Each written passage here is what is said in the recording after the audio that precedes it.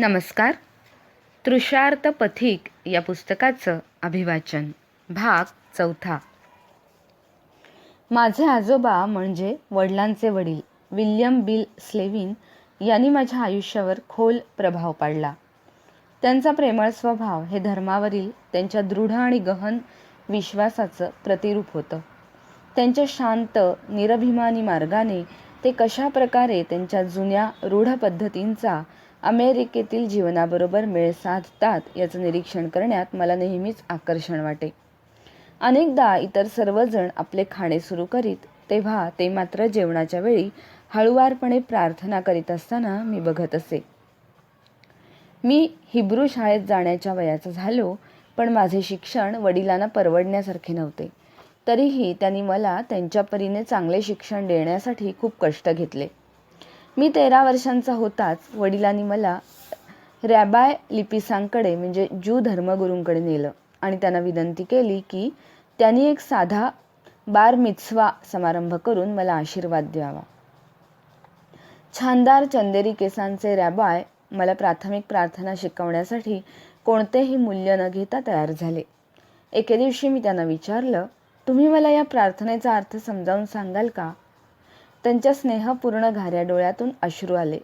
त्यांनी अत्यंत प्रेमाने मला मिठी मारली. हे मी कधीच विसरू शकलो नाही. त्यांचे जुनाट यिड्डिश उच्चार आणि भावनांमुळे कंपित झालेल्या आवाजात ते म्हणाले, बाळरीची, प्रार्थनेचा अर्थ समजून घेण्याच्या तुझ्या जिज्ञासेने मी तृप्त झालो. आजकाल मात्र हे दुर्मिळ झाले आहे. रॅबाय, मी कशी प्रार्थना करू? त्यांच्या चौकोनी आणि काहीशा सुरकुतलेल्या चेहऱ्यावर मंद हास्य आले. मला त्यांच्या स्नेहभावात आश्रय वाटू लागला. मला वाटलं प्रत्येक लहान मुलास अशा आश्रयाची आवश्यकता आहे. ते म्हणाले, हजारो वर्षांपूर्वी रॅबाय यांनी तालमुद ग्रंथाची रचना केली. या ग्रंथात ज्यूंच्या धार्मिक नियमांची मांडणी केली आहे. तिथे आपल्या मनासारखं घडावं याकरता परमेश्वराकडे प्रार्थना करण्याऐवजी प्रलोभनं, संकट आणि संशय यांच्यावर मात करण्यासाठी सामर्थ्याची याचना करून देवाची इच्छा पूर्ण करता यावी याकरता प्रार्थना करावी असं म्हटलं आहे. माझ्या 13व्या वाढदिवसाला माझा मोठा भाऊ मार्टिनी ग्रीनिच येथील पीटर, पॉल आणि मेरी या वादक कलाकारांची लोकसंगीतातील पहिली ध्वनिफीत भेट दिली. त्यांच्या गाण्यांमध्ये युद्ध, पूर्वग्रह, सामाजिक अन्याय याविरुद्धची रचना होती. परंतु त्यांची देवासंबंधीची गीतं ऐकून माझे अंतःकरण घुसळून निघाले. डोकं मागे टेकवून डोळे बंद करून ऐकताना मी प्रत्येक शब्दाकडे चुंबकासारखा खेचला जात असे. ध्वनिफितीच्या पहिल्या गाण्याची सुरुवात अशी होती, प्रत्येक दिवशी सकाळी दिवसाच्या सुरुवातीला मी देवाकडे विचारणा करतो, माझा मार्ग शोधण्यासाठी मला मदत कर. पुन्हा पुन्हा मी ऐकत होतो, पण यापासून अनभिज्ञ होतो की ही साधी प्रार्थना माझ्या आयुष्यातील पुढील काळासाठी मार्गदर्शक ठरेल. मी या जिज्ञासेच्या शोधात असताना लोकसंगीतकार पीट सीगर आणि बॉब डायलन यांनी माझ्यातील उफाळणाऱ्या बंडखोर प्रवृत्तीला चिथावणी दिली. लोकसंगीताच्या अर्थपूर्ण शब्दांनी मी जरी भारावलो गेलो तरी ब्लूजच्या म्हणजे करुण रसातील संगीताच्या भावनांनी मला घायाळ केलं. ब्लूज संगीत म्हणजे भावना आणि अंतर्मनाची ओढ यांचं सुरेख मिश्रण. त्याचा प्रत्येक सूर किंवा शब्द हा हृदयातील ओढीने भरला होता. तृप्ती आणि संतुष्टीचे समाधान त्यात होते. ब्लूजच्या गायकांनी गायलेले हरवलेल्या प्रेमासंबंधीचे संगीत ऐकताना मी देखील माझ्या हरवलेल्या प्रेमासाठी रडत होतो. ते प्रेम काय आहे हे मात्र मला अजून माहीत नव्हते.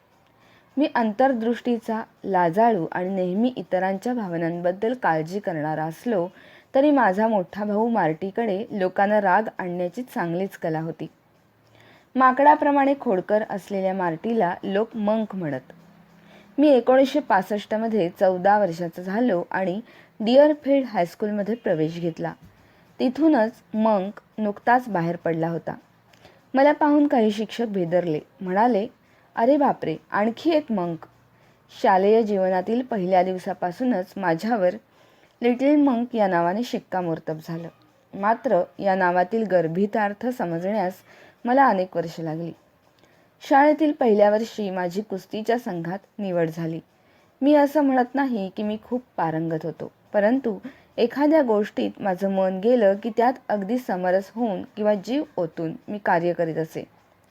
प्रशिक्षक आणि सहकारी यांना प्रचंड आशा होती की मी येणाऱ्या काही वर्षात विजेता होईन. प्रथम मला हे आव्हान आवडले. मी जर त्या शिष्यवृत्त्या मिळवण्याचा प्रयत्न केला असता तर मला मिळाल्याच असत्या. परंतु माझ्या जीवनात काहीतरी विचित्र घडत होते. समाजातील फॅशन फॅड, प्रतिष्ठा आणि संपत्तीची आस यांच्या पलीकडे जीवनातील ध्येय काय असू शकतं हे जाणण्याची मला अतीव इच्छा होत होती. हायलँड पार्कमधील रम्य वातावरणात मी कसा काय रमू शकतो, जेव्हा मी जाणतो कृष्णवर्णीय अमेरिकन तिथून काही मैल दूर असणाऱ्या झोपडपट्टीत बंदिस्त जीवन कंठत आहेत. कुस्तीतील पदक जिंकून मी कसा काय संतुष्ट होऊ शकतो, जेव्हा माझ्यापेक्षा वयाने मोठे असणारे माझे मित्र व्हिएतनाममधील घोर युद्धात जबरदस्तीने फेकले जात आहेत. अशा प्रश्नांनी भेडसावल्यामुळे माझे मित्र आणि मी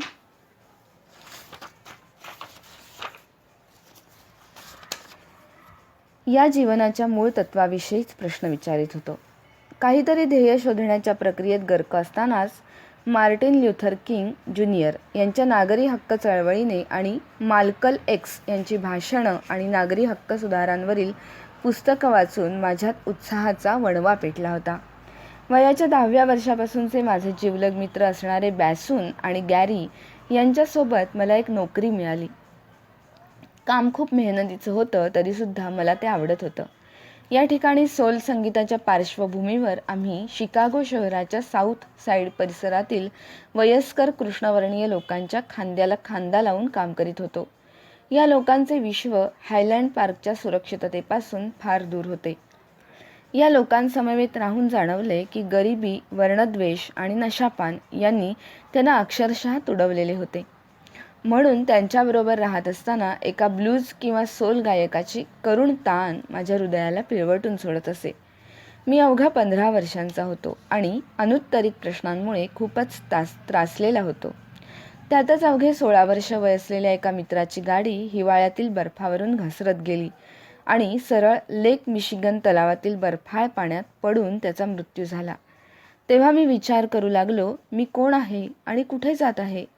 असं वाटत होतं की जणू संपूर्ण जग अनिश्चिततेच्या बर्फावरून घरंगळत खाली पडत आहे. कशाचा तरी आश्रय घेता यावा म्हणून मी आमच्या घराच्या तळघरातील खोलीत राहू लागलो. त्या खोलीच्या छतावर मासे पकडण्याची 4-2 जाळी लटकवलेली होती. दृष्टीभ्रम उत्पन्न करणारी पोस्टर्स चिकटवलेली होती. ती काळ्या प्रकाशात चकाकत होती. खोली नेहमी जाई अगरबत्तीच्या धुराच्या वलयांनी भरलेली असे. कधीकधी मी वातावरण अधिक परिणामकारक करण्यासाठी उघडबंद होणारा एक प्रकाश झोतही चालू करीत असे. त्यामुळे सर्व खोलीभर स्वप्नील वातावरण निर्माण होत असे. माझ्या खोलीतील एकांतात मी 1960च्या दशकातील क्रांतिकारी गाणे ऐकत असे. बीटल्स या समूहाचे a day in my life हे गाणं ऐकून वरवरच्या गोष्टींच्या पलीकडे असणारे अर्थपूर्ण जीवन प्राप्त करण्याची माझी आकांक्षा वाढू लागली. मी खुर्चीत मागे टेकून आणि डोळे बंद करून जॉर्ज हॅरिसन यांचे विदिन यू विदाऊट यू हे गाणं ऐकलं. तेव्हा त्या गाण्याच्या छेडलेल्या सतारीच्या तानेबरोबर आंतरिक शांतीसाठी मी रडलो होतो. मी रे चार्ल्सचे ओल्ड मॅन रिव्हर हे हृदयस्पर्शी गाणे पुन्हा पुन्हा ऐकायचो आणि स्तब्ध राहून पददलितांच्या दयनीय अवस्थेविषयी शोकाकुल व्हायचो. जेव्हा मी बी किंग यांच्या गिटारमधून निघालेले करुण सूर ऐकत असे, तेव्हा ते सूर माझे हृदय पार भेदून टाकीत असत. तेव्हा अशा करुण गाण्यांचे मला इतके आकर्षण का असावे याचे मला आश्चर्य वाटत असे. एकदा रात्र बरीच उलटली होती. मी जॉनी रिव्हर्सचे look to your soul for the answer हे गाणं ऐकत होतो. अवतीभोवती जे काही घडत होतं त्या सर्वांविषयी माझ्या मनात प्रश्नाचं काहूर माजलं होतं. त्याच क्षणी मी एक दीर्घ श्वास घेतला, वर पाहिलं आणि ओरडलो, होय, हेच ते उत्तर आहे. काळाच्या प्रेरणेमुळे मी आणि माझ्या जिवलग मित्रांच्या कंपूने 1960च्या हिप्पी संस्कृतीत स्वतःला ढकलून दिले होते. आमच्या शाळेत पुरोगामी विचाराचे लोक, अभ्यासात मंद परंतु खेळात रुची असणारे बलदंड युवक आणि सामना सुरू होण्यापूर्वी नृत्य करून उत्साह वाढवणारे चिअर लीडर्स होते. तथापि आमच्या कंपूने मात्र लांब केस वाढवणं, गांजा आणि LSD यांचे प्रयोग करणं आणि विशेष करून आई वडिलांच्या पिढीच्या सर्व नीतिमूल्यांविरुद्ध वागणं असले प्रकार सुरू केले. परंतु माझी ओढाताण होत होती. मला कोणालाच निराश करायचे नव्हते. कुस्तीच्या चमूला सोडण्याचा विचार करताना मला अपार वेदना होत होत्या. तसंच माझे प्रशिक्षक आणि संघातील इतर खेळाडूंना निराश करण्याचा विचारही माझ्या मनाला त्रस्त करीत होता. शाळेची तर अशी अपेक्षा होती की माझ्या नेतृत्वाखाली आमची शाळा करंडक जिंकून आणेल. आमचे प्रशिक्षक तर एकदा सर्वांना उद्देशून म्हणाले देखील की छोट्या मंकने एकदा जिंकायचे ठरवले की मग तो एखाद्या भुकेल्या वाघासारखा असतो. त्याच्यात निश्चित विजेता होण्याचे गुण आहेत. परंतु कधी कधी मला वाटतं की त्याचं मन दुसरीकडे कुठेतरी भिरभिरत आहे. मी गोंधळून गेलो होतो आणि यातून मार्ग मिळावा याकरता प्रार्थना करीत होतो. त्यानंतर एका प्रतिष्ठित सामन्यात मी माझ्या प्रतिस्पर्ध्याला पहिल्या 5 सेकंदातच चितपट केलं. प्रेक्षकांनी एकच जल्लोष केला आणि मला प्रोत्साहन दिलं. परंतु लुळा पडल्यागत मी एकदम गुडघे टेकून बसलो. माझा खांदा त्याच्या जागेतून खाली खेचला गेला होता आणि खांद्याचं हाड माझ्या छातीच्या स्नायूंना तोडून बाहेर आलं होतं. असह्य कळा येऊ लागल्या होत्या. ज्या क्षणी माझ्या खांद्याचं हाड निखळलं गेलं त्याच क्षणी माझं जीवन त्या वेडापासून आणि ध्येयापासून निखळलं गेलं. त्या ठिकाणचे शेकडो प्रेक्षक धक्का लागल्यासारखे बघत असताना मी वेदनेने कण्हत शांतपणे परमेश्वराला धन्यवाद देत होतो. मी आता मुक्त होतो. मला असं वाटलं होतं की जे सोडून देण्याचं धारिष्ट्य माझ्यात नव्हतं ते दैवगतीने माझ्यापासून तोडून घेण्यात आलं होतं.